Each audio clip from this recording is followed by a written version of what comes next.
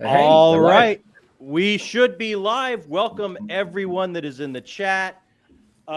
Big shout out, big party here today. We are all here to celebrate and congratulate Mr. Michael R. Miller, the man of the hour, the penultimate. Jazz hands.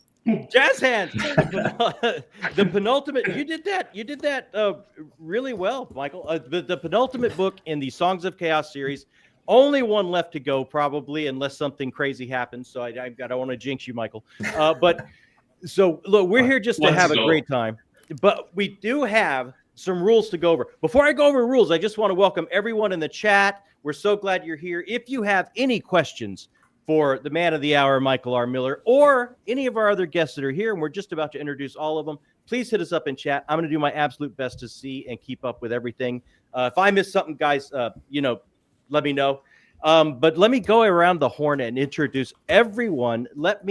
And you know what? I'm coming to the man of the hour last because we're going to try and make him blush. Let's all give a big congratulations.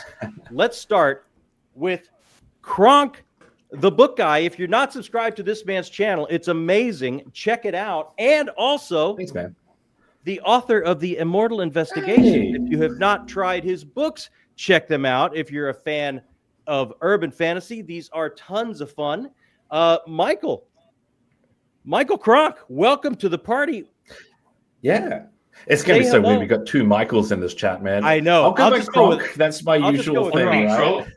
Cronk. Yeah. I'll just go with Cronk. Cronk, hit up the big man of the hour with some congratulations, if you will. Yeah, great job, man. I think I already messaged. I had to furiously message Michael this week because I got towards the end of the book and I had to message him to be like, this scene blew my mind. Oh my goodness, well done. It was brilliant. But no, I did read the book this week and that was very well done. Incredible. Definitely your best work. That'd be my vote. I'm going in hard on that stance. Best of the four so far. Brilliant. Yeah. That's brilliant. I'll take a sip of whiskey for that. Thank you. That's some high praise here. Okay. Before I go on with introductions, I just have to announce some of the rules of what's going on here. So this is what's at stake. Michael R. Miller in the final Songs of Chaos is willing to name a lucky winner today from here on the panel at the party, a dragon rider in the final book. So these are some high stakes. Now, this is how we're going to do this. Michael R. Miller's favorite movie, one of his favorite movies, I don't know if it's favorite all time, but there's my lovely wife, I have to say hello. It's top five. Top five. Okay, I'll go with top five. Is Hot Fuzz. So this is what, there will just be moments. Correct opinion. There will just be moments where I slide some lines from Hot Fuzz into the shenanigans today. And anyone on the panel, if you think it is a line from Hot Fuzz, you just give me one of these. Draw down on me. The first one I see gets points. And the most points at the end here, we're probably going an hour, maybe a little bit more, gets to be a dragon rider in the final book, Songs of Chaos. So it's definitely worth playing for. So let's move on with introductions. Mr. Sebastian de Castell, writer of tons of amazing books, I hear, including this one, which he said is not a good place to start, but he talked me into starting somewhere else. So welcome, Sebastian. Give some congratulations to the man of the hour there. Say hello. Congratulations, Michael. Your success is so well deserved, and I'm really delighted to get to be here. I just got off of a 3-week book tour that was a little bit insane, so it's nice to get to hang out with friends from the comfort of my chair and not the cramped confines of an airplane seat. Yeah. But I always say that people ask authors all the time, what's the best part of being an author? And recently I've been saying it's because you get to be friends with people who you admire tremendously. And, right from the moment where Michael and I first met it was at MCM Comic-Con on a somewhat bizarre fantasy panel. And kind of became friends very quickly after that. And it's just been such a privilege. So I'm just so happy to get to see your tremendous ongoing success. So happy that it's just right over the edge before I would normally hate you for being so. Just throwing that line nicely. Yeah, Right it's in like, the yeah. it's like it's pushing down my natural innate envy and bitterness, and to the point where I'm capable of feeling joy for the success of someone I like and admire so much. Well, thanks for being here, because I know 3 weeks on tour must be brutal, and you just got back yesterday. So thanks for making it, and thanks to Cronk. It's like 5 a.m. where you are, dude. So yeah, there's some real commitment here. Love to see it. Yeah, it's amazing. People want to be here to celebrate with you. And hey, I got to go to Mr. Zach Argyle, author of the amazing Threadlight series. Look at this. I did back the Kickstarter. I just haven't read it yet, and I feel absolutely horrible. But look how gorgeous that is. That is gorgeous. Zach, I swear, Zach, I'm gonna. If you never read it, you'll never lose respect for me. So just stay right where you're at. Look, Michael has one too. Look, this is. I have so much respect on so many levels because, first of all, this. Second of all, those jazz hands, dude. You that was amazing. You would have made a great Muppet. I mean, you don't know I wasn't. You don't know my past. You don't know me. That's true. That's true. All right. Here's how that's going to work. When I get a line in so well that everyone thinks it's just conversation, I get a point. So that was my point. Rich, I'm so disappointed in you. I am. Well done, John. Oh. I have to pay it. I have to just not listen to anybody else and only focus. That's it. Focus entirely on John. Daggers on him. Like. Oh, I like this. Author of Threadlight, best smile in the biz. Welcome, Zach. We're so happy you're here. Welcome to the party. Say some nice words to the man of the hour if you want. Yeah, so I mean, I have known Michael for a few years now. We met in person. I feel like you're just like friend of the family, even outside of book stuff. And so I don't know. It feels weird almost being like, hey, let me talk up your books, and you, because I don't know, I just like, I want to talk up you, because people who don't know, Michael's just a really good guy, even outside of his good books. I mean, from on the book side, my oldest son is actually like obsessed with his series, and which is also really cool to have like a good friend, and then like your kid just like idolizes them. Like if I were to allow my son to walk in on this stream and say hi to Michael, he would probably like poop himself. He was so excited. Great. But no, I think That's also great content. The thing that like that I think a lot of people don't know, maybe, and I'll brag for Michael here, is so my wife and I run the Indie Fantasy Fund nonprofit that helps other indie authors. Michael has been a donor since the beginning. He has literally donated thousands of dollars to help other indie authors, and Michael's never going to talk about that for himself, but like that's what I'm telling you guys, because Michael's just like, he's just a good dude. Like he finds success, and then he wants to help other people find it as well. So I just have mad respect, lots of love. Michael, you're the man. Yeah, you know what? Before guys, I go I'm too on, British. I'm too British to take this much compliments. It's like it's not in our DNA. Well, thank you, Zach. Thank you so much. I just look. I got to piggyback off of Zach there before I move on with introductions, because you have been an amazing mentor to me and all of us, Michael, in our work. Every time we've had a question, you've always been right there. You've always been so helpful. You've always been so with open arms, including us into this world. And we absolutely just, wow, look at this. Michael is awesome, says Skylar. That's so true. Thank you, Skylar. That's amazing. But I mean, truly, you're like one of the most amazing mentors out there. You're always there for whoever has a question, kind of moving into this creative industry, and you're truly amazing, my friend. No, it's true. Michael did the same thing for me. Yeah. Cronk's gonna... Every time I messaged him so many times, like, dude, I've desperately got a question, man. Yes. He just had like infinite time, you know, like can't count the number of voice messages you sent me over the years, man. I really appreciate it. Like the number of times you just like, here's some extra background information, here's some context, here's what's normal for me, it might be different for you. I never expected to go into indie publishing with this much insider information. You know, it was invaluable to me. Generous in every way I remember when it was like 10 years ago. Describe. Yeah, I remember when it was like 10 years ago, guys, there was like nothing and almost no one you could ask. So, you pay it, what they say, you pay it forward, right? That's the phrase, pay it forward. Always. Yeah. So, it's a pleasure to help out where I can. Well, we do it because you've been a great example for us. So let me hit the last two guys on the panel because they always work together. That's what I love about them. These two gentlemen, I mean, I think they started a booktube channel. They just want to they just want to be a big cop in a small town. So they decided to start. Yes, Austin got it. Austin got good it. job, Austin. Yeah. Yes. Yep. Oh, that felt so good. I haven't seen this movie in years. Rich, get owned. That was low hanging fruit, guys. I would never have said that. Come on, like that I had to use a crowbar to fit that in.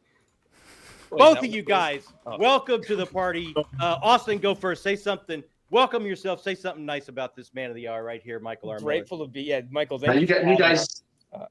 What's that, Michael? You guys can throw insults. That's fine. I expect it from you guys. Go on. Yeah, Michael, we're grateful to be here, and we met Michael at Dragonsteel in person, but have talked long before then.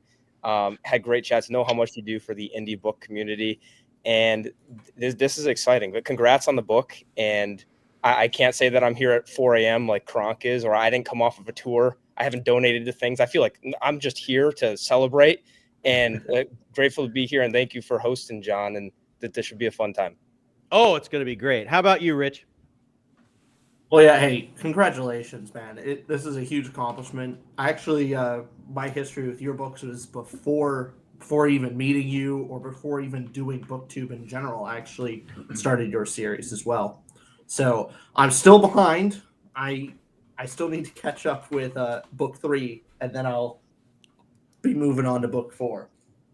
But fantastic series, great concept, and definitely I know the space has been needing some quality Dragon Rider series here. And ultimately, the hole that Aragon left for so many people it's a deep hole to fill, and so many people love that subgenre, and you've done a wonderful job filling that niche and making so many people happy. So congratulations, man. Says bless you. Thank you. No, and thanks for being here, both of you, because I know Austin, you've been very busy recently for a very important reason, so I'm just so happy that you guys can both be here. Well, thanks to everyone to be here, and John for hosting. Have to get John. Have you got a tipple? Have you got a tipple there? Here's what happened, man. I had folks over last night for a big party, and I had too many tipples last night. And then, that's the hair of the dog. Be fine. It'll make you feel better. And then my lovely wife. I had a lot of people over for my 60th last night, and my lovely wife wants to go to the gym today, and it's like I can't squeeze another tipple in. But I do have some refreshments that I will be happy to toast you on, my friend. And I just want to read this real quick down here. Something I enjoyed about Michael's work on Songs of Chaos is that he wrote them to be timeless. Reading the series, it was very evident. Also, my nephew adores Songs of Chaos, and that's so true for so many people. And let me just hit you up real quick, Michael. What do you do? Like when you finish a book, it's in people's hands. I mean, it has found the readers that have been waiting for it. I mean, what do you have a tipple to celebrate? What do you do? Have you ever jumped in the air with 2 guns and just yell ah? Like what? Richard got it. That's Richard. Well done, Richard. Yeah. So what do you do to celebrate? Honestly, at this point, it hasn't hit me yet. I need to get through this week, I think, and then it'll feel like a celebrate. Because like finishing the book is like you feel like the marathon is over, but it's actually then all the production stuff. And because we're indie and we handle everything and it's scaled up, there's so much. I feel like it's been non-stop, just completely non-stop. Like book was totally finished and sent to the narrator July 1st, but I feel like I haven't had time to catch my breath since with everything that's going on. So it's not quite hit yet, but I think to celebrate, I think I'm just going to flop into the pool or something, man. Like just go into like a steam room or something, just sit there and just rest. I think I need that. But yeah, in the past, there's nothing like the very first book that you ever finish and you ever you open the package up for the very first time. You know, I think that feeling unfortunately fades, but I think seeing people's reactions, I think I'll have a big smile on my face. Well, I hope I do. You know, touch wood. Over the next week, that's going to be the most rewarding part. Is hopefully seeing the fans just really digging it like I do, because I think it's the best one so far, but I am biased, so we'll see. Well, Michael, you're not going to pull a Brandon Sanderson and rest by writing another series? yeah, or Your like 4 wrestling secret series? projects. No, I'm a one book kind of guy, so I'll be on one book. If I'm not writing, I'm just not writing. I'm just that's what I'm doing. Yeah. It's good to know you're Yeah. mortal. I Yeah. appreciate knowing that. Yeah, You know, more. Yeah. Also, I don't have a team of 70 people to handle everything else yet, so it's kind of like got to do some other things sometimes. Maybe one day, but no, I think I'll get onto Songs 5 later this year once I've caught my breath. But yeah, then that'll be it. I just focus on the one thing. I don't like to move off to other projects until it's done. Seems like they take me long enough. It's been 2 years since the last one, so I figure I shouldn't muck about by getting distracted by other books. Yep. Oh, that's a Here's lovely comment. Skylar. Michael really is just a wonderful author and fantastic human being. I know he's helped ignite my love for reading again and just writing in general. Wouldn't have become Fire Pappy without him. Oh, that's great. And So Andrew Skylar is a mod in Discord. Oh, man, yeah, Skylar's a mod in my Discord service. Thank you very much, Skylar. Shout out to you for helping me in there and keeping things under control, especially when I'm asleep, which is most of the people in there in the US. So I go to sleep and then he keeps an eye on things for me. So let me, you know what? Let me just go around the horn again and just check in with what everybody is currently reading to see what's going on with them. I'll start with Richard this time at the end. Sure. I'm right now in the middle of Blind Sight by Peter Watts. So that's talk about hard sci-fi. Reading the prologue, I was like, oof, I'm in for a time. I'm in for a Fire Upon the Deep type of book, and so I've been really enjoying that. And then I'll be moving on to my reread of Hyperion. Oh, that's a good, yeah. Is that an all-time fave for you? Gotta be, right? Yeah, Hyperion is up there, my all-time reads. But yeah, I haven't actually read the third book. I've only read the first two, and I'm tempted to only reread the first one. It's one of those books of I like it almost as a standalone. Mm-hmm. I like not answering questions. Anyway, beside the point, but those are the books I'm currently reading. All right, how about you, Austin? I am reading The Goblin Emperor, and then right after that, we'll be rereading Hyperion as well. Nice. Have you read? Is this your first time reading Hyperion, or you? No, it would be a reread as well. Yeah, a reread is. So yeah. you know the Shrike. You know it's Judge Judy and Executioner, all that. Oh, I know. It's a good time to read it too, with October coming up too. I think it accidentally fits in with the fall theme, so I'm excited to reread it too, because I read it over a couple years ago now. So this is one that I need to reread to refresh myself on the book for sure. Yeah, and that's another point for me. Judge Judy and Executioner. Damn it! Oh, I'll just sneak that one in. Yeah, it is. That's how that he says Judge Judy on the second time. Yeah, maybe that was bad on my part. Are you reading anything right now, Michael? How do you get to read when you're writing, or? This Mike, I do. I've actually tried to. I do a lot of audiobooks. I've tried to do a bit more paperback. I just finished Small Gods by Pratchett, which was excellent. Especially the sort of final third. I found the first third, just because I'm not used to really omniscient, like that hardcore omniscient, because I feel it's even more omniscient than his other books, which makes sense because it's a book about gods. But it was a little tough at first. There's so much, every line's almost a different perspective for a little while. But once I smoothed out, that final third of that book is extraordinary. And I'm thinking, I think my next book will be something quite light. I'm going to try Richard Osman's Thursday Murder Club, which I don't know if that's made it over to the States. It's kind of old-timers in a retirement home solve murders. That's the concept. So they just did a Netflix film. Again, I don't know if it's available over there. that was quite fun. So I thought I'd try the book. So that's lined up next. I try if I am reading stuff these days, it tends to be quite different from what I'm writing. Like I kind of can't quite pick up an epic fantasy or a high fantasy. It tends to be like Pratchett or Ben Aronovich's Rivers of London or something like that. That's in the space, but not the same thing. Because I don't know, maybe I'm just too close to the sausage in the factory or something. Yeah. But I think it's good to have that difference. Yeah. That makes perfect sense. We do have a question here from chat. On a score of 1 to 10, former being hardest, 10 being the easiest, what was the writing process like for book 4 here, Reckoning? 7.5. I don't know. It was easier than Define in the sense that I felt like I knew I was more in control, I think, than in Define, but it still took a long time because I was perfecting it. I think I knew what I wanted to do. It was just sometimes I struggled to get certain things to work out. So there was a lot of like 5 attempts at a chapter or something like that. Whereas Defiant was kind of like the middle of the middle, and it was hard to know quite what to do at times. But yeah, so I guess 7.5. The hardest one's still Defiant, but Reckoning was just hard to.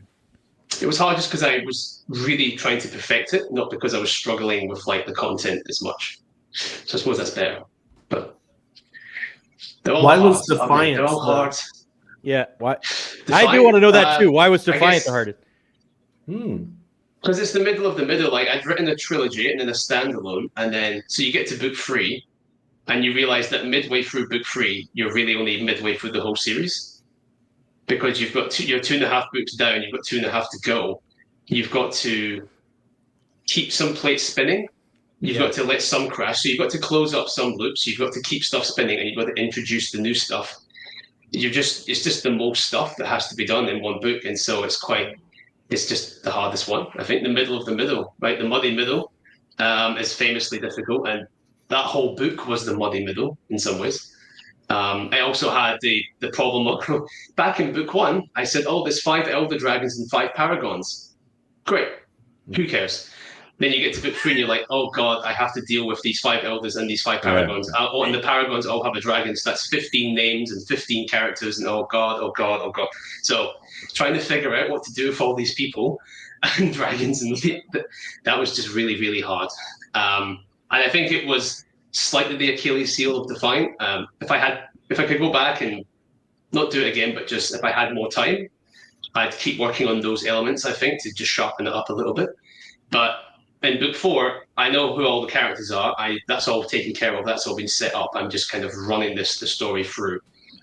So Defiant was just the middle of the middle, and I had to invent so many more characters and so many more things to tell the story that I had.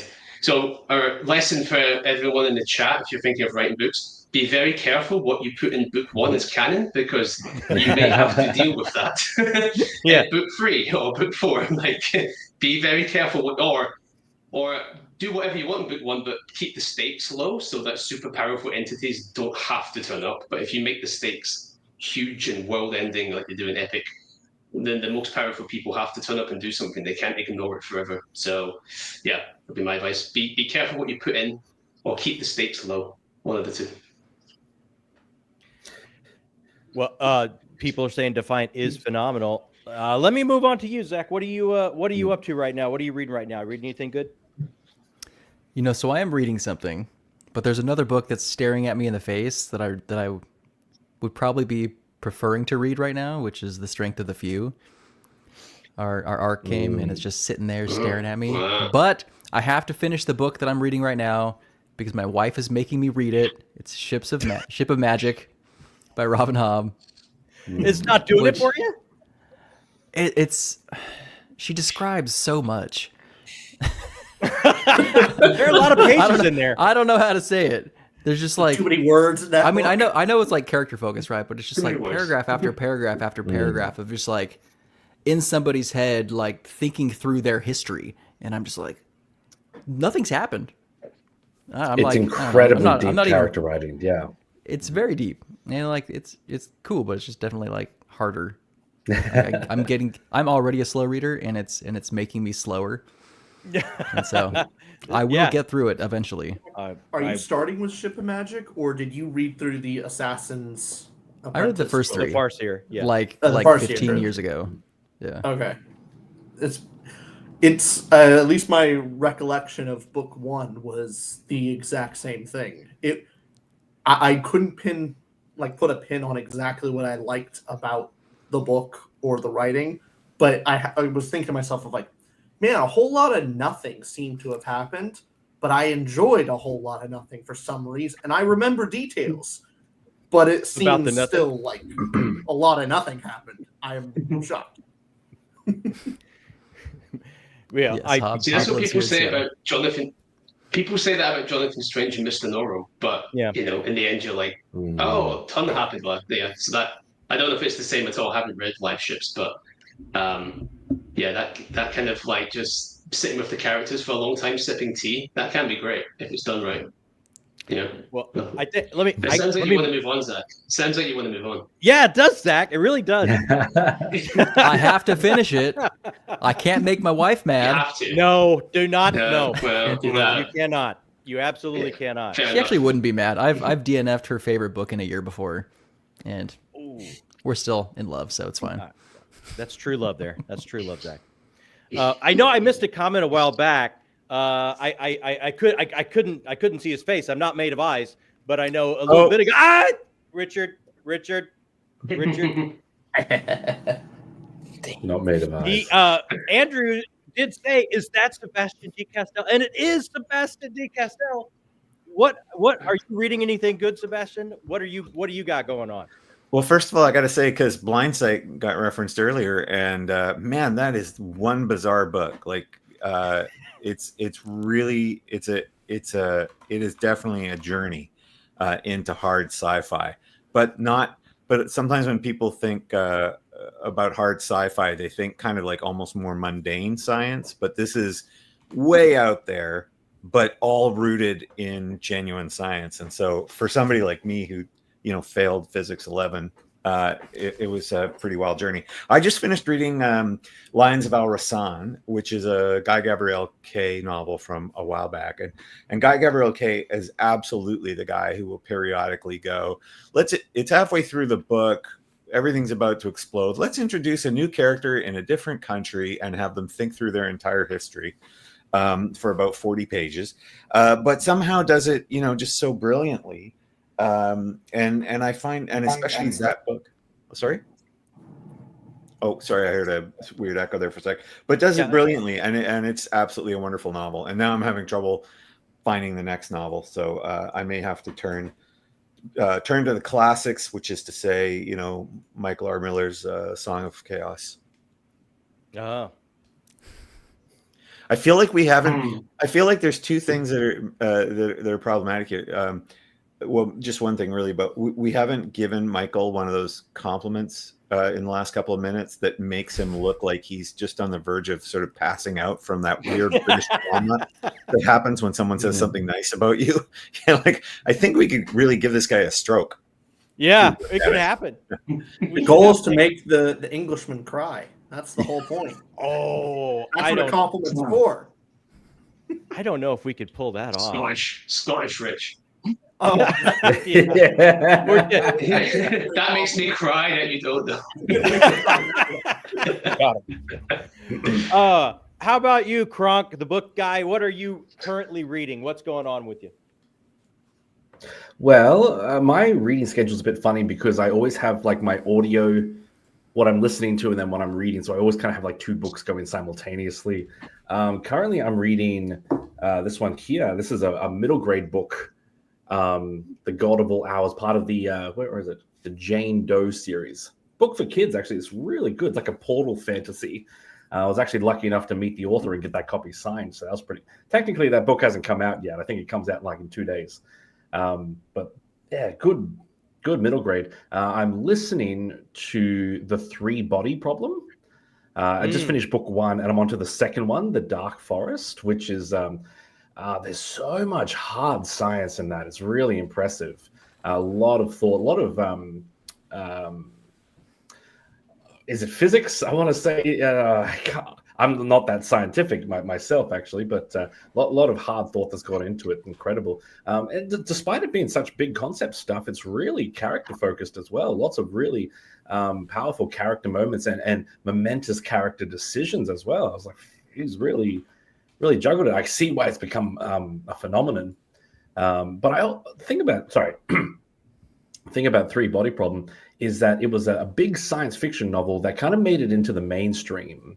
And so a lot of people who read it were like, oh, it's so complicated. It's so staggering. I'm like, no, it's pretty standard science fiction, like it's not like it's very well written and very hard science, but it's also like similar to other stuff I've read, so there was like an intimidation factor behind starting it. And when I picked it up, I'm like, oh, it's not too bad. It's not that hard to get into it. Yeah, I like having two different stories going at the same time, and middle grade is always a great. Oh yeah? Yeah, I have to. I respect that. I can't. I've done more than one, but I guess it's just my choice. I am currently working my way through this. Like, look at Michael. Come on. Like, I can't argue. Honky voice. This is an adrenaline-filled, no holds barred thrill ride. But it's like you stack up this much. Oh, Cronk got it. Yeah. I got it. That's dope.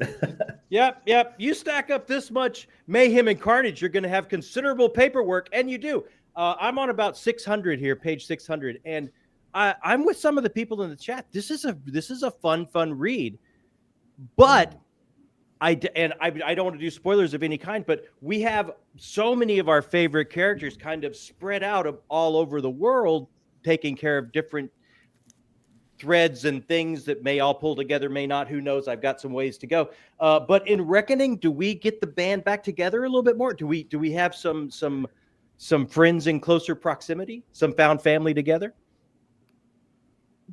Yeah, they get back together for a bit. Okay. And some of them will be back together intermittently throughout. Okay. Excellent. Pretty much. They're not all together all the time. There's still some journeying going on, but they will all meet up for sure. No, the problem here, John, is that it's way harder to write books when there's more people next to each other. You gotta like think of every single person, what they're doing in every scene, and it's so obnoxious. So it's just split them up. It's funny you said that, Zach. I used to work with a playwright who always told me it's like you can always tell the good writers when they got more than two people in a scene, because it's you got more than two people on stage. That's probably a good writer. I missed a question in the chat a little bit ago. I want to kind of get back for you, Michael, since you're the man of the hour, and it was a really good question. How did you come up with the magic system in Songs of Chaos? How did that get built? I've probably said this many times, so apologies to anyone who's heard the story about 500 times at this point. But I was working on the series. I was beginning to work on the series late 2018. So that's more about how My Ash is Blind, which is not the magic system. I guess the magic system started with I knew I wanted the bond to be really, really important, because I wanted to make sure that the dragon bond, this being a Dragon Rider fantasy, was the kind of critical feature of the magic system. That it wasn't just this perfunctory thing that we're there because we have a soul bond because it's Dragon Rider. It's like, no, we have a soul bond because in this world, this is the basis of the magic system effectively between Dragon and Rider. I was playing around with it, and I kind of had a version of what it is now, kind of half-baked, about halfway through the draft. But then I was reading Will White's Cradle series and some other progression fantasy series, and I realized that, these guys are doing what I am kind of doing accidentally, but they've made it much more, like, they've sharpened it up. Like, all the screws are tightened, and this makes a lot of sense. And so suddenly, rather than referring to the magic and the dragon a bit nebulous, I just started calling it a core. And then, the magic becomes a bit more into like motes of magic and sort of hard stuff like that. A bit hardens it up, puts some more terminology on it. Because I already had the idea of like the rankings and stuff like that, and that was all based off of the bond development, the character development. But it was really nice to see other people using that the kind of Eastern Wuxia and Xianxia fantasy, progression fantasy stuff. And I just kind of glommed that onto what I'd already been building.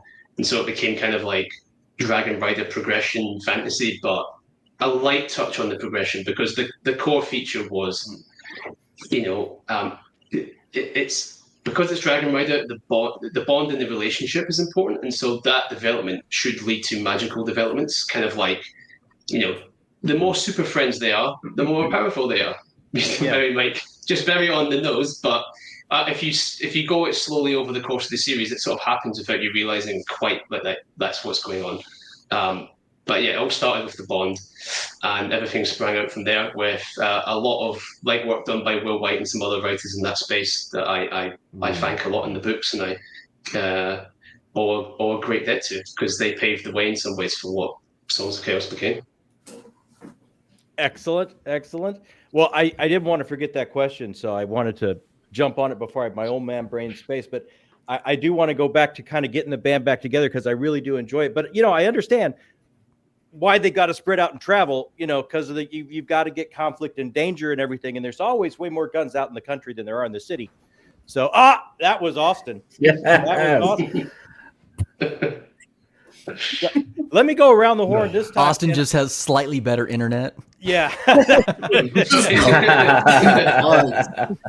He has BIOS. It's not fair. Richard has just a little bit of a lag. So I just want to go that much better. Yeah. Yep. I want to go around the horn again and see. When's the last time you guys read? This is going to make my all-time fave list, and what was that feeling like? Let me go around the opposite. Let me start with Zach, just because. Oh, don't start. I don't know the answer to that. You don't remember the last time you read that? I was like, that's got to make my all-time fave list. And the reason this is on I'll go first. The reason this is on my mind is I just wrapped up reading Daniel Abraham's Long Price Quartet. I just finished book 4 this month, and it's like, there's no way that series doesn't make it on my all-time fave list. It's just amazing. I mean, I don't know why more people are not talking or reading about it. I'm not sure how long ago it came out, but I mean, it was stunning, and it's just no doubt it's going to make my list. I remember the feeling when I closed book 4 and went, yep, he stuck the landing. Even that's got to make the list. So, all right, Zach, you raised your finger. You got to have one. I figured it out. Yeah. So the interesting thing is that since I started writing, it's been a lot harder, at least for me, to find things that become like what I think will be an all-time favorite. And maybe it's like kind of related to what Michael was talking about, like specifically like within the same genre that I'm writing in. And I haven't found any like that I'm like, okay, this is going to be a long-time favorite. I found some that I really, really enjoyed. But then I stuck my finger up when I realized, you know what is definitely a long-time favorite for me going forward? Dungeon Crawler Carl. I just love it's so fun. And it is. The Butcher's Masquerade, I just think was such a good book. So I don't know, maybe because it's just like, slightly outside of my domain, but also like related. I just had so much fun with those books. They are a ton of fun. How about you, Cronk? Can you think of the last time? Yeah, I confess I had to pull up my phone and scroll through my videos, my own That's videos. Oh man, look, can I pick 2? Sure.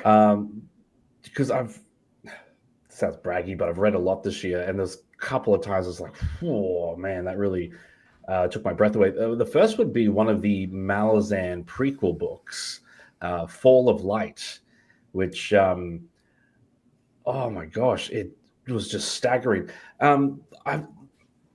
Basically, Fall of Light is playing out a civil war. And that's the concept we're playing with.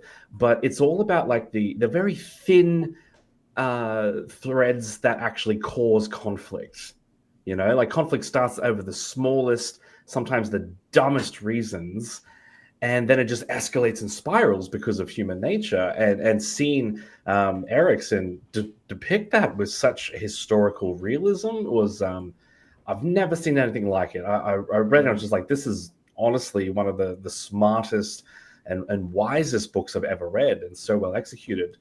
But the second book that honestly took my breath away would be, I'm not even joking, Discovery by John here. That I'm the lowest of the letters on that. Yeah, the checks in the mail, Cronk. Is that a quote? No.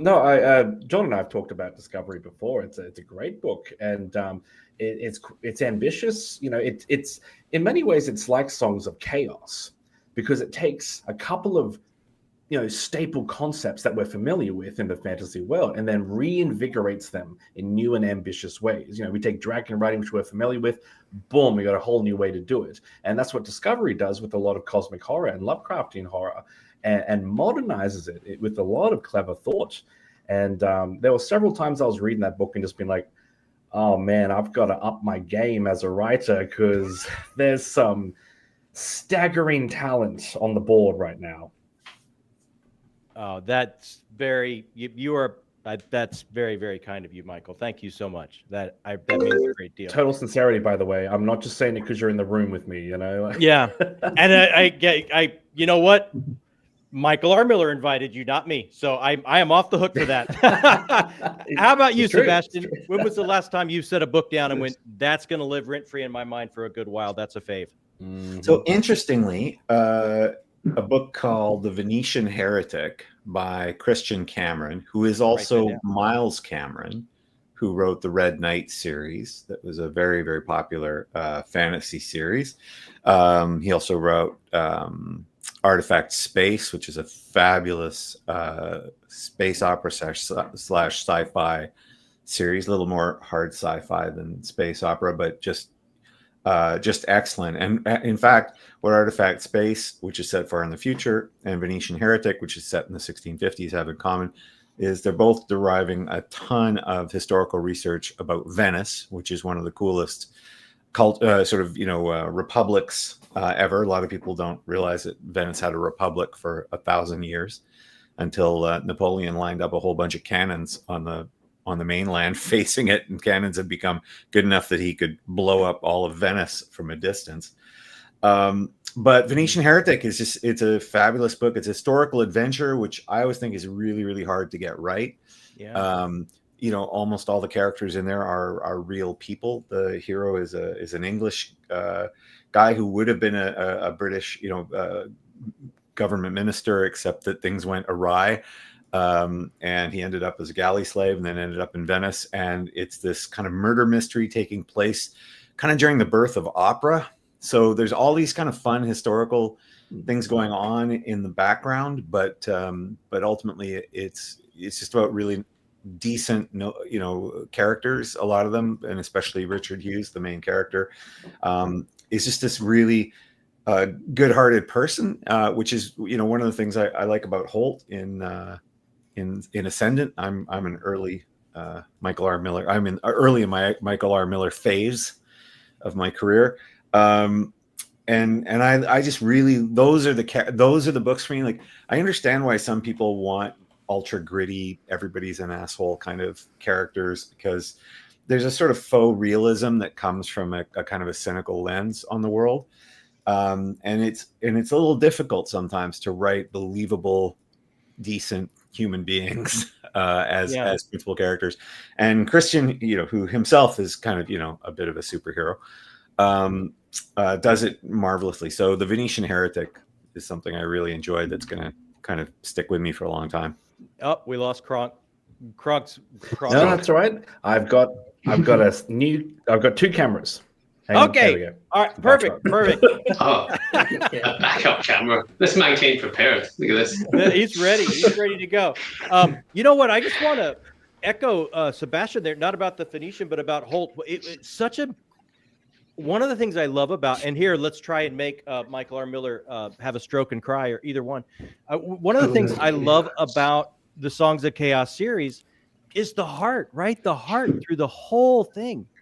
It's such an amazing, and Zach, I bet you could speak to this too. Don't you love your son being a fan of this because the heart it has, right? It's just so awesome. And not only Holt, but I think by the time you hit Defiant, one of my favorite characters, let me get the cover up here. One of my favorite characters is Osric, man. Like, who you don't think you're going to be all in on this heart. But it's like, my guy, man. Like this is a journey I'm all about. I'm gonna like Osric. Oh my gosh, Richard, Okay. you are going to love Osric. All right, fine. You are going. I think, yeah. Osric's my favorite. Oh no, he's the easiest to write. I don't have a favorite, but he's the easiest to write. I find the more effed up characters easier than Holt, which maybe says something about me. But I think it maybe says something to like it's quite hard to write a good-hearted hero kind of figure because it's so easy to make them just seem cheesy or super naive.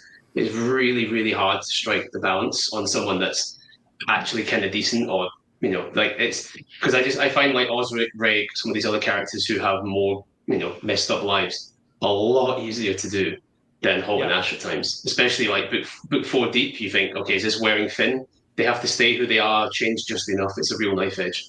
So easy to write a hero, contrary to what people say. I think it's quite hard.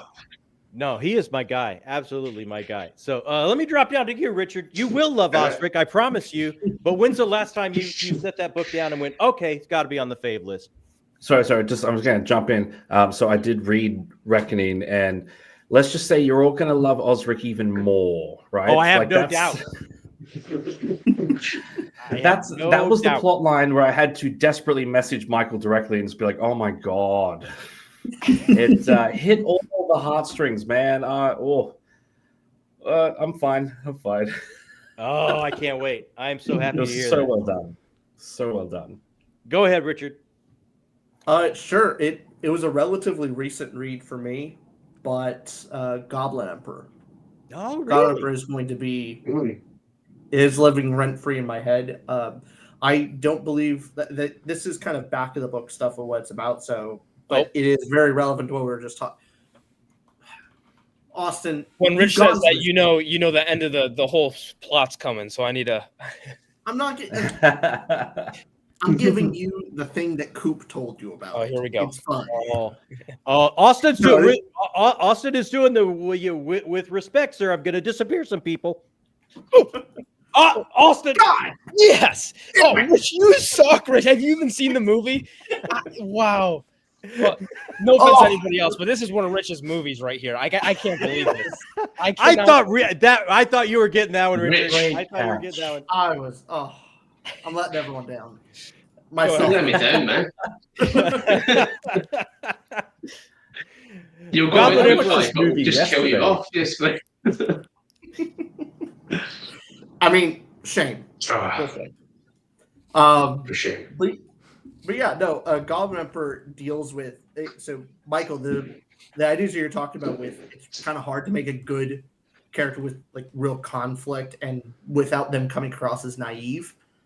That I think is what elevates and what Goblin Emperor does really well is having a good character that is actually good and put into conflict and them not coming across as naive, but it's actually an asset. It's really well done in that aspect. I really appreciate that goodness is not just stupid. Because very often you'll see like, oh, the character's only good because they are stupid about the rest of the world. They're not lived enough, and that's why they need to be gritty and like life hasn't hit them. Yeah. Well, sometimes that I like the characters. Life has hit them hard. They have every reason to be pessimistic, and yet still just have this hopeful and good personality despite it. So that's a book that's living rent free in my head right now, and I believe will be in my top something. I don't know which one. Goblin Emperor. How sounds like it needs to move up. Yeah, it needs to move up the TBR, I think, by the sense of it. Yeah. How about you, Austin? Yeah, mine is the most recent one's definitely Disquiet Gods. That and book 6 of Sun Eater, I can't give anything really away just because it's a book 6 of a series. But that one blew my mind. That is a definite new favorite. Everything Rocky is doing with that series is coming to fruition. That's an all-timer for me. That it's going to be hard for any book to top that this year. Hey, maybe book 7 will, or Strength of the Few will.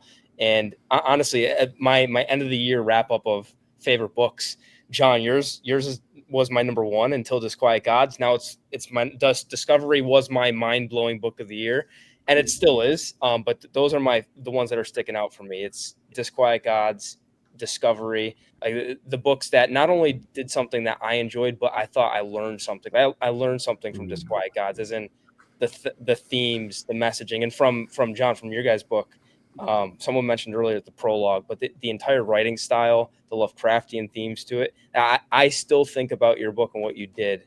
So those are ones that stick out of all time, like changed my brain chemicals a bit. It's like, oh, you can do that in writing. So Wow. yeah, those are the ones for me. I mean, that's the hugest compliment, to be right there with under Disquiet Gods. I'll take that all day long. I'm reading Disquiet Gods in October, so I will be ready for November. I can't wait. Yes. Yes. So last but not least, man of the hour. How about you? I don't think we got your last fave that when you sat down, you knew it was a fave. Yeah. Well, I think it has to go to Going Postal audiobook narrated by Richard Cole. I hope it's Cole, not Coyle. I'm gonna get it. Because I had tried to dip into Discworld over a few times, and it never quite clicked for some reason. This was all audiobooks. Perhaps I just didn't get on with the previous narrator. I was doing I read a bunch of Pratchett's essays or asides and articles that were bundled up at Christmas a couple of years back, and I thought, all right, I'm going to try again. Picked up Going Postal because I know everyone says that's great, and just something about Richard Coyle's narration of it just clicked with me, and I was like, about an hour in, I was like, oh my god, this is my new favorite thing. And Stanley and Mr. Grow are just my favorites. Nothing must ever happen to them. And when they didn't appear in the sequels, I was devastated, absolutely devastated. But yeah, and then that got me into this book. So I've been, working my way through that ever since. So it has, that just stands out as in the last since COVID, that's the thing that just opened the door up to a whole new series, a whole new author, and it was just incredible. So yeah, Going Postal definitely the GOAT for me at the minute. I gotta Great try. choice.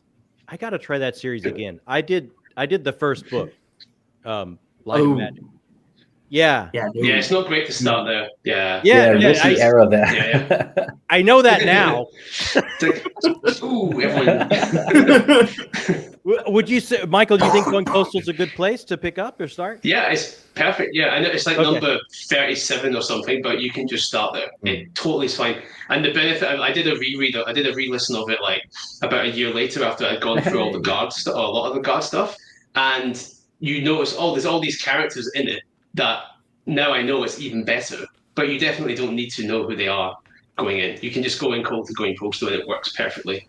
Definitely one of the more sort of, I was going to say normal, that's a bad way, but one of the more, a structure to the story that will feel easier and more familiar, I think. It's got the story's well structured, that just flows, you're with the same bunch of characters quite a lot. It doesn't hop around as much as some of the other Pratchett books. So it's a really good place to start. Really, really funny. And, he was 25 years ago writing that or something, and the kind of commentary on corporate life and things like that is very apt even to this day. It's very good. Okay, perfect. Okay, I think we got everybody on that one. I think we're caught up with questions in the chat. Before we run out of time, I just want to go all the way around. There's a lot of folks that are hard at work writing, and I want to make sure they get a chance to talk about what they're working on before we run out of time. So a big part of writing, killing characters. So, you hit me up, Cronk. Are you having to cook any fools lately? Oh, I can't say that. But yeah, come on! there will definitely be character deaths. Is that what you're saying? That's what I'm saying. That's what I'm saying. No, Michael got. No one else got that one. I'm Michael got it. Oh. Yeah, I was a bit late to that one. Yep. Okay. What are you working on, Cronk? How's it going? Yeah, I'm working on book 4 of the Immortal Investigations. And to answer your question, yes, there will be character deaths because, that's what writers do for fun. We hurt people, fictional and real. Yeah. Yeah, no, it's going good. A third of the way through the first draft, so still early phases, but a lot of lot of momentum behind me at this point. You know, like most of the book is plotted out, and it's literally about just sitting down, typing it out, and getting my ideas on the page, and then fixing it. But it's coming together, man. It's gonna be nice. Good. That's what I like to hear. How about you, Sebastian D. Castel? What are you working on? Everyone would love to hear this, I bet. So I have finally finished. In fact, as we're having this discussion, I'm getting the last dripping copy edits in on Our Lady of Blades, which is a book I have spent, I kid you not, 7 years writing. I have published 8 or 9 books during the time I've been writing this book. It's one of those books where at some point, some flash of unimaginable arrogance makes you go, this will be my masterpiece. And then you put yourself on a path to utter self-immolation, which it has been. I have done 28 drafts of this book. For reference, my most recent big successful book was The Malevolent Seven, which I think I wrote the first draft in a month. And so there appears to be an inverse relationship between how long I spend on a book and how successful it is, which means I suspect Our Lady of Blades may be in line to sell 3 copies. But it's been quite an interesting journey in discovering, that one of the things that haunts a lot of people who want to be writers is they start a book and they do all this great work on it, but then they feel like they can't continue. They set it aside, and then they try again later, and they try again later. And of course, the big problem is, that a book, in many ways, a novel is a reflection of us at a moment in time. It's not entirely its own independent thing. And so every time you put it aside, you're facing the fact that when you go back to it, you will inevitably be a different person. And so I have been 28 different people over the course of this book. And finally, person number 28 was the person who went, at some point, you're going to have to admit, that this book has to be what it has decided to be. And, and who I am now, and not this imaginary version of myself that was going to write the perfect modern twist on, or the perfect fantasy twist on Count of Monte Cristo, but instead sort of wrote Count of Monte Cristo meets Memento, which is not a combination anyone should aim for. I cannot wait. I don't know about anyone else, but I can't wait for this. This sounds amazing. Yeah. It passed the only test that it ultimately needs to pass, which is my wife read it and said it's good. And she's a librarian. So there you go. There we go. Coming to you, Zach Argyle. What are you toiling away at? Sebastian, you made me feel so much better as you talked, because I'm on year 3 of the current book I'm working on, but I have not published anything between then besides short stories. So yeah, I'm still working on a new series called Cloudfall. I'm still really excited about it. I'm so busy with my day job that it's been hard to make progress. But did start up a writing group with some folks about 6 months ago, maybe beginning of the year ish, and that's been helping. So making progress there with a bunch of folks that you probably all know. I know Sebastian knows Andy Peloquin well, up in his neck of the woods. So Andy and J.A. Andrews and. I'm getting M.L. Spencer's new Dragon Mage book 2. I'm getting to read some of that, which is fun. So yeah, I'm working on Cloudfall, surely, but very slowly. Well, I just wanted to highlight this, Sebastian, for you. Listen to the prologue, and it is awesome. You know what? Take your time, Zach, because I will be done with this and ready probably. No, I'm just trying to give you more time. That's the whole thing. That's it. We're in tandem. Completely new world, completely unrelated, but take your time, man. Still, let me know when you're done, and I'll finally start making real progress. Okay. All right. I'll get you on speed dial. Got somebody to blame. Hey, there you go. You always throw me under the bus. I'm going to skip Mr. Michael R. Miller because we all know what you're going to work on next, but you deserve a well-earned rest for putting out Book 4 Reckoning. And I missed it earlier, but someone that has read it said the heebiest of jeebiest of characters is coming our way in Reckoning, so that sounds pretty awesome. I know you have been putting pen to paper, Austin. How's it going, man? Good, but still, book 1 is still the goal. So I don't want to talk up anything until I have something published and out there. So I won't. George, are you moving forward, man? Yeah. Are you moving forward with it? You're not. Yeah. You're not re-editing the same chapter over there. Yes. Okay. Right. Good.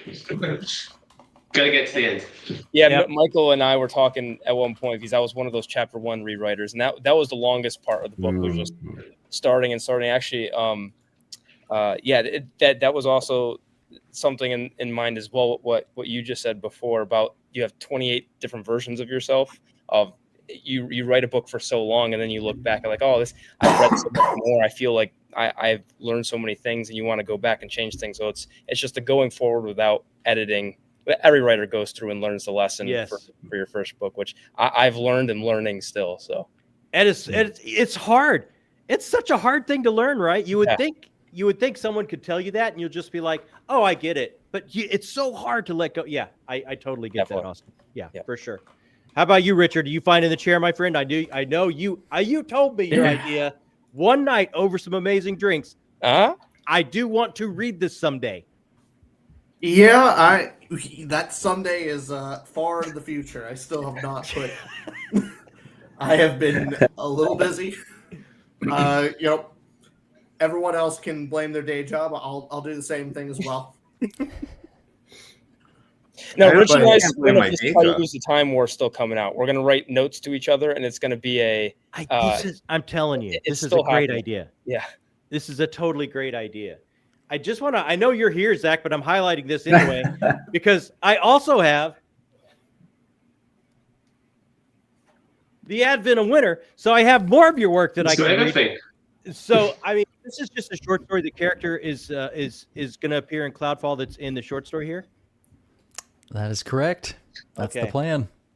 All right, so John, if you read that story first, then Zach can start writing this week, right? That's what I was just gonna how I was hot. Take your time. I read one short story, Zach, and then you're on the clock, man. You're on the clock. Everyone, it has been Little Hand says it's time to rock and roll. It has been a little bit more than an hour. It's got to be Hot Fuzz, right? Oh, Sebastian is on the board. I had to get one.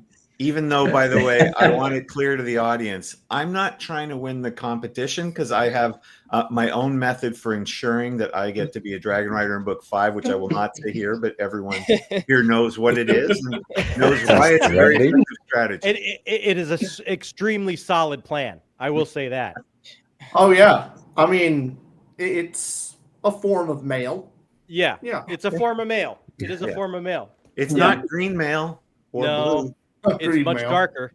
It's much darker. I can tally up the winners just in case anyone would like to know. Sebastian is on the board with 1. Zach did not get on the board. Richard got 2. Richard got 2. Austin has 3. And he is tied with me with 3. But here's what's going to happen. Because host rules, I am the host with the most. I defer to the guest. Austin is the winner. So Austin will be a Dragon Rider in the final book of Songs of Chaos. Wow. Michael, I'm so sorry. Wow. Austin is not a very fantasy name. You could change whatever you want. Austin's a difficult high fantasy name. We'll figure it out. We'll add an E on it or something. It'll be fine. Yeah. We'll put that's the full name. That's the full name. The first name is Os. The last name is Tin. That's already better. Yes. There we go. That'll work. It could be Austin. I just assumed it was going to go, Austin will be a Dragon Rider in book 5 named Calabia, something else. He didn't say it was his name was going, just that he was going to be a Dragon Rider. Like it's just a Dragon Rider who wears a cap. Yeah. Oh, there you go. That is true. You know what? That one Dragon Rider has to wear a turtleneck. Has to be a turtleneck. Has to have a turtleneck. Dead as summer. People are looking at it like, what's with you? There's a lot of conditions stacking up there. You know, Austin backwards is pretty cool too. Nitsua. Nitsua. Yeah. Oh, that Nitsua. could count. Oh. That could count. Good. Nitsua, just a little bit. You know, That's it the could be dragon's Austin. name. It could be a high fantasy spelling that phonetically makes Austin. I think they're. You know what? Michael R. Miller is one creative guy. He's going to solve this problem. Lovely. I got the turtleneck has to stay though somehow. Yeah. You know, Oh my! If it we'll could just be a give him. We'll turtleneck. give him rider armor, but he'll have like a neck guard as well or something like that. So it'll be Gorze. a turtleneck and armor. Yeah. Yeah. So there you go. You have to decide what type you want to be too. We'll chat about that later. We'll chat. Okay. You gotta pick your type. Yeah. Congratulations, Austin. You're immortalized, my brother. That is an awesome prize. That is an awesome prize. And Richard, I have to say, I'm very disappointed in you. Yeah, I am as well. Michael, how did I do? Shame. How did I do? Shame. Did I squeeze them in there? Would you have caught them? You did get. I didn't even catch a couple early on, so you did very well. Yeah, that was All right. Yeah. I can't Very believe you subtle. did the greater good. Because you're I was right. waiting Because for that one. yeah, if you say like the greater good or like YARP or things like that, it would be kind of too obvious. So you did very well. I was waiting Little. for Swan. Anything from the shop. Swan. Swan. Yeah. Guys, I want to thank each and every one of you for spending some time with us. Cronk, I know you had to get up super early. Michael, I know you're across the pond and it's a time, but we all wanted to be here for you. We all wanted to congratulate you. We all wanted to raise a drink to you in one form of another, and thank you for your work and the series that has touched us and moved us, and honestly touched and moved so many of all ages. It's such an amazing doorway. I've said about this series so many times, and it's absolutely true. It's an amazing doorway that if this Songs of Chaos were to catch you at just the right time in your life, you would be a fantasy fan for the rest of your life. And I'm sure Zach, as a father, can absolutely back me up on this. He sees it happening in his All own I'm home. saying, though, Michael, is if you make the ending bad and my son gets upset, or you ruin him and turn him into a demon, friendship's still on, because that's pretty cool. Dr. For my Chase, own sake, I'll try not to mess up the ending. Dr. Chase, Best of Fantasy is wanting to congratulate you as well, Michael. So around the horn, let me just have everyone sign off and say congratulations. Let me start with you, Richard. Hey, again, Michael, congratulations. Fantastic accomplishment. You'll be getting some comments from me soon. I'll send you a message here after I get through to book 3 and then start on book 4. Awesome. But congratulations. Thank you. Thanks for being here, man. Keen to hear what you think of Oswick. Yes. Likewise, congrats. Thanks for having Rich and I here. And I will be getting into your series. And we would love to have one of our author chats as well on the channel sometime. You give great advice and you help the indie community. So I can already speak highly of you and what you do. So I'm excited to get into the series as well, especially if there's a character, Austin. Now I'm like, this is a must read. Yeah, you have to. You have to now. And it's in the last book, so that forces you to read through it. That's my plan the whole time. Yeah. How about you, thanks for Mr. being here, guys? Yeah, it's great. How about you, Zach Argyle? Last words of wisdom.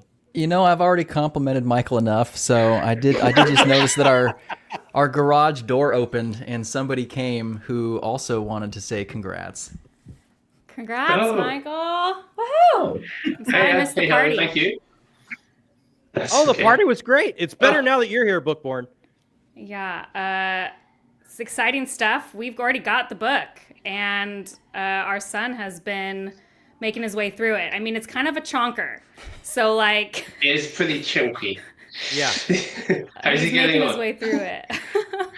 He's loving it, so it's so exciting. Did anyone else just have their mind blown? Like, that was such a plot twist. I did not realize Zach and Bookborn were together. Oh, you know that? Did you all know this? I think everyone else did. I think they did. Right. Yeah, that's fine. We've been married for 14 years. Okay, so you would know about it. That makes sense. Yeah, so most You guys people come do. from you guys come from one of those weird southern states where they let you get married at 8 years old or something? Yeah, right? Yeah. 37. Holy mackerel. Yeah, Wow, that's just not old. right. I feel really terrible. This Just like movie stars. Look at them. Yeah. They are. This is Hey, about book you, boy, Michael. guess whose name is in the next book? Well, I'm gonna be in the next book, book 5. You're in book 5. That's Michael, the thing now. I think we need He to talk won. about He won. the situation here. Mistakes were made. Yeah. Do you know Austin? I'm into deep. Was this purposeful or? He won fair He and won square. fair and square. Yeah. Fair and square. Yeah. That's true. Yeah. You should He was. have. Zach should have been quicker off the mark to get the. I'm to gonna get be the honest. Oh, votes. wait. I have not seen Yeah. Hot Fuzz, so even the ones where I pointed Well, see, out, that's that was just me Wait, being there like, was John a was being competition. very obvious. You lost the Yeah. competition. Oh I my was gosh. trying actually. I was like, I don't know what that was, but that's definitely not normal. Sometimes that's hard to tell with me, honestly. Yeah. But Yeah, you that's did true. great. That's even more impressive now that I know that you haven't seen the movie, Zach. I Anyway. would have done bad, so I guess it's fine. I was going to Anyway, get in trouble. either way, Yeah. Michael, we love you, man. Congratulations. Congrats on the release. Super excited for you. Thank you guys. Thank you guys. How about you, Sebastian? Any final last words of congratulations, wisdom for our man of the hour here? Michael, I'm just always happy when great success comes to great people. So that I really look forward to seeing you and Pega next time. I'm in the UK and pursuing what Michael knows is my long-term strategy of tricking him into paying for the most expensive restaurants while I take us to discount Costas for dinner. Take care, man. Thanks, man. Looking forward for you coming over next time. Yeah. Skylar, thank you so much for raising a toast as well, Michael, for you. And Cronk, any final words to sign us off for Michael? Yeah, Arnold? mate, great job on being consistent because I've been following your progress as you wrote this book and reading all your newspaper mail out updates, which if you guys are watching and you're not subscribed to Michael's mail out, it's actually a really great resource. I read every single one of them. It's packed full of information on, indie publishing and a lot of background, behind the scenes sort of stuff. But I was following your word count all through the time, and you really stuck with it. You're an incredibly consistent writer, which I don't know how you do it. I'm all in bursts and then nothing and then bursts again, but you're incredibly consistent. So well done. You've worked hard and you've followed through on it. So that's just incredible. Not to mention I read the book and it's wonderful. I was going to do a review this week and then I got sick and it didn't happen, but it's coming. I'll get one out there. But yeah, Michael, you're such Well a good done. author. Yes, you are. Yes, you This is it. You guys are too American or Australian or Canadian. It's too friendly. Now over here there would have been drinks thrown, insults. Yeah, there'd been different cup of tea. But I mean, all I can say is thank you so much, everyone, for being here. It's been so fun to hang out with you. Thank you, John, for hosting. Did an amazing job. Great First and always choice to host. Best host on YouTube for sure. You know what? You came on my channel, Michael, when I think I had 2 subscribers. You're just the most just generous, nicest, fine folks I've ever met. And look around you. All these folks not giving you a hard time, giving you praise. And you reached out and they all wanted to be here for you because you're just such a lovely man, such a lovely person, such a talented creative writer, and an amazing mentor to so many of us. So this was just a thrill. You made my job of hosting easy because you stacked the deck with amazing people that wanted to be here for you because of who you are. So it was just a pleasure to be here with you, my friend. Thanks, man. We probably should go before I start believing this. I gotta get the next book and be hard on myself. I can't be going off and thinking, oh, it's going to be great and write some duff things. So, but I thank you so much again, everyone, and everyone in the chat watching and your questions. Thank you. And yeah, to those that are waiting for Reckoning, I know it's like soon, tomorrow.